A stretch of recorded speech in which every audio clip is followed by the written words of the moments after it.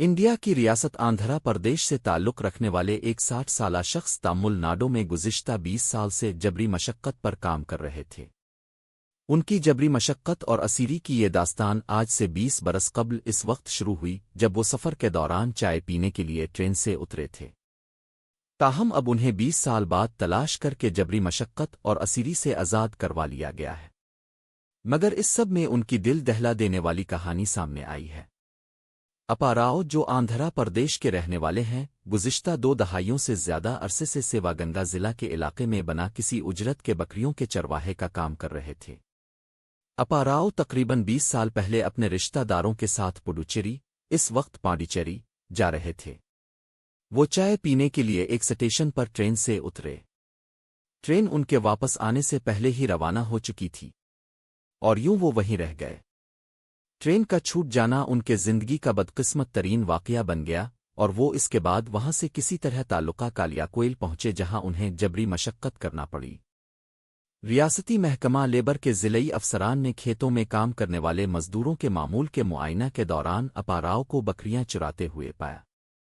ان سے پوچھ گچھ کرنے پر پتہ چلا کہ اپاراؤ آندھرا پردیش سے آئے تھے اور گزشتہ 20 سال سے زیادہ عرصے سے یہاں بکریاں چرا رہے ہیں، اور اس عرصے کے دوران وہ کبھی اپنے گاؤں واپس نہیں جا سکے تھے۔ محکمہ لیبر کے اسسٹنٹ کمشنر ادیموتھو کے مطابق اپاراؤ کی حالت معلوم ہونے کے بعد فوری طور پر ریسکیو آپریشن شروع کیا گیا۔ بی سی سے بات کرتے ہوئے ادیموتھو نے کہا کہ ہم نے اس سے پہلے بھی اس علاقے میں بہت سے لوگوں کو غلامی سے آزاد کروایا ہے۔ ہم کچھ معلومات کی بنیاد پر تفتیش کر رہے تھے کہ آیا اس صورت حال میں کوئی اور بھی موجود ہے۔ اس دوران ہم نے اپاراؤ کو بکریاں چراتے ہوئے دیکھا۔ پوچھ گچھ کے دوران وہ کبھی تامل اور کبھی تیلگو کے لہجے میں بات کر رہے تھے۔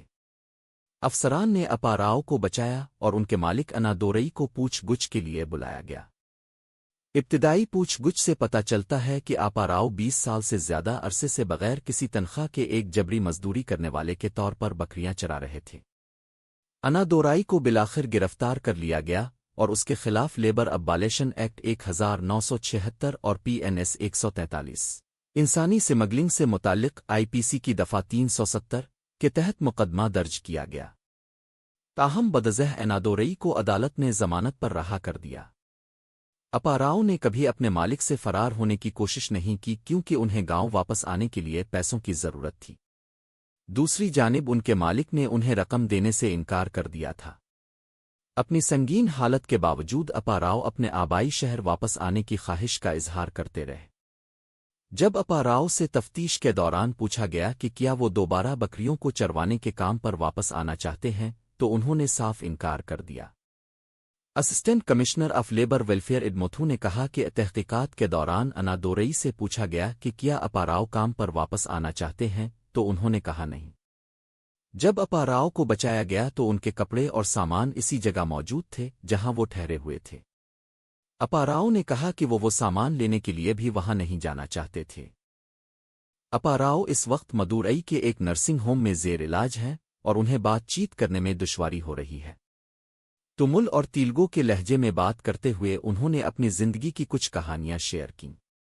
انہوں نے بتایا کہ گاؤں میں ان کی بیوی، بیٹا اور بیٹی ہے۔ وہ گاؤں میں چاول کاشت کرتے تھے۔ برسوں کی تنہائی اور سماجی رابطے کی کمی نے ان کی گفتگو اور بولنے کی روانی پر گہرا اثر ڈالا ہے۔ نرسنگ ہوم کی ہاؤس سپرنٹنڈنٹ انالکشمی نے کہا کہ اب وہ سمجھتے ہیں کہ ہم کس کے بارے میں بات کر رہے ہیں، لیکن وہ واضح طور پر بات نہیں کر سکتے۔ یہاں تک کہ جب آندھرا پردیش کے کچھ عہدیداروں نے ان سے رابطہ کیا تو وہ واضح الفاظ میں تیلگو میں بات نہیں کر سکے۔ بھیڑ بکریاں چرانے کے دوران ان کا بیرونی دنیا سے بہت کم رابطہ ہوا تھا، اسی لیے ان کی بول چال بھی کم رہی ہوگی۔ وہ یہاں بھی خاموش رہتے ہیں اور کسی سے بات نہیں کرتے۔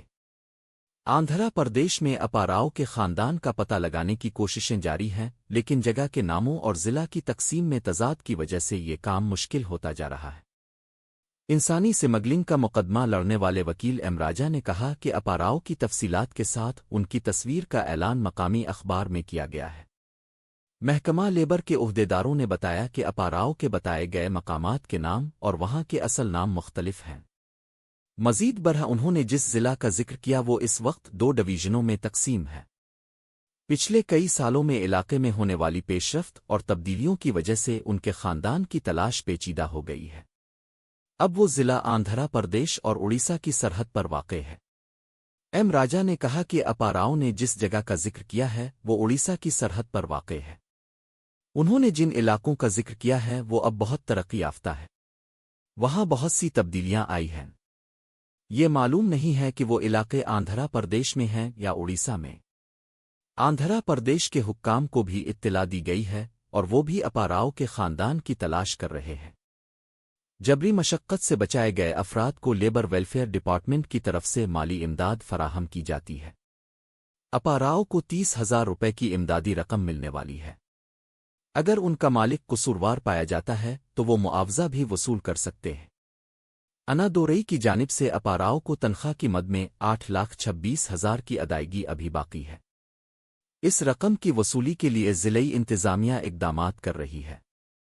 اس کیس میں مدراس ہائی کورٹ کے وکیل ایم راجا نے کہا کہ انادورائی اپنے علاقے کا ایک بااثر شخص ہے۔ اس نے گاؤں والوں سے کہا ہے کہ وہ اپاراؤ کو کپڑے اور کھانا دینے کے لیے تیار ہے لیکن پیسے نہیں ہیں۔ اپاراؤ نے گاؤں کے کچھ نوجوانوں سے شکایت کی کہ انادورائی نے ان سے جو کام لیا اس کے لیے انہیں معاوضہ نہیں دیا گیا ہے۔ نوجوانوں نے یہ اطلاع علاقے میں کام کرنے والی رضاکار تنظیم اور سرکاری افسران کو دی۔ شیواگنگا ضلع میں 2018 سے 34 لوگوں کو جبری مشقت سے بچایا گیا ہے، جو جبری مزدوروں کے موجودہ مسئلے اور اس سے نمٹنے کی کوششوں کو اجاگر کرتا ہے۔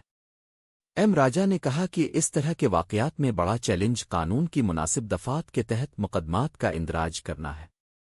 ڈی جی پی نے 2017 میں ایک سرکولر جاری کیا تھا جس میں کہا گیا تھا کہ جبری مشقت کے معاملات میں نہ صرف prevention of bonded labour act کی دفعات شامل ہونی چاہئیں بلکہ انسانی سمگلنگ کے جرم کے لیے دفعہ 143 آئی پی سی 370 بھی شامل ہونا چاہیے۔ وہ کہتے ہیں کہ بہت سے معاملات میں اس دفعہ کو شامل نہیں کیا جاتا ہے۔ جبری مشقت کے خاتمے کے قانون میں زیادہ سے زیادہ 3 سال قید کی سزا دی گئی ہے۔ اگر انسانی سمگلنگ سے متعلق دفعہ کو بھی مقدمے میں شامل کیا جائے تو زیادہ سے زیادہ سزا 10 سال ہو سکتی ہے۔ اپاراؤ کے کیس میں بھی اس دفعہ کو بعد میں ہی شامل کیا گیا تھا۔